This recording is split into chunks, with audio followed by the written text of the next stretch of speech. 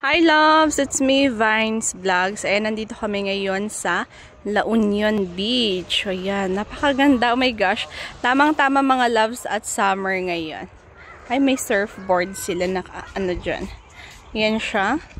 8 AM na today. At this time, I mean pala. Ayan. Yung mga naliligo na. And nagstay kami dyan sa Full House Beach Resort. Maganda naman siya. Tsaka, buti na lang at afford namin yung per night nila. Oh my gosh, ang ganda. Yan siya. Pakita ko sa inyo yung buong dagat. Ooh. Maganda mag-surfing dito. Baka mamaya lalabas yung mga surfers natin. Medyo wala pa. Naliligo pa lang sila. Tsaka hindi malakas pala yung alon dito. Sa Dinadjawan, malakas siya. Masakit pa. Wait lang, baba ako. Ayan siya, loves. Ang ganda. Clear siya. Pero may jellyfish dito.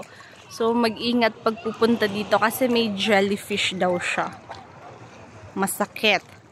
Masakit ang ano ng jellyfish. Try ko nga yung ganito, yung impromptu yung vlog ko. Kasi lagi akong nagvo-voice over. So, try natin yung hindi nagvo-voice over. Clear siya. Ang cute naman. Nakikita nyo ba mga loves ko?